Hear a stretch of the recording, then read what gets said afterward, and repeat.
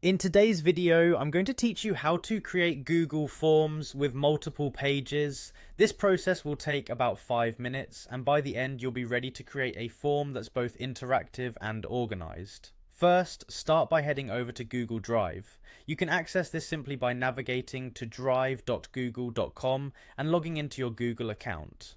Once you're in Google Drive, look towards the top left corner of your screen for a button labelled New. Click on this button, which will open a drop-down menu with several options. From this drop-down, you'll want to select Google Forms. You may need to hover over More if you don't see Google Forms right away, as it can sometimes be nestled within additional options. Once you've located and clicked Google Forms, select Blank Form from the new options displayed. Now that you have a blank form, it's time to breathe some life into it. The first step here is to give your form a name. Simply click where it says Untitled Form and type in the name you'd like for it. This could be anything relevant to the purpose of your form. Moving on, let's add a question. Click on the area labelled Untitled Question to type in your first question. Let's use full name as a simple starting point. Once you've typed your question, you'll see a drop down to the right titled Multiple Choice. Click on this and select Short Answer instead. For questions like full names, short answers ensure you receive brief, concise entries. Now before we move to the next step, make sure this is a required question by toggling the switch labelled Required.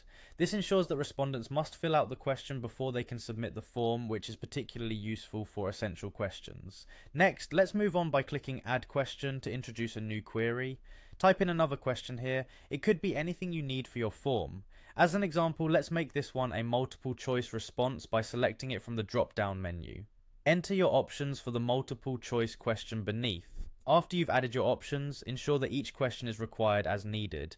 It's now time to take this form to the next level by clicking Add Section. Sections help break up your form so that respondents aren't overwhelmed by a single lengthy page. Name your section appropriately and consider the types of questions that belong in each section. Following this, add another question under this new section. Type out your question and once again choose multiple choice to allow for options. To add options for these questions, simply type them in where prompted. Finally, once all your sections and questions are added, remember to review your form by clicking Preview. This is your chance to ensure everything is in order before making the form live.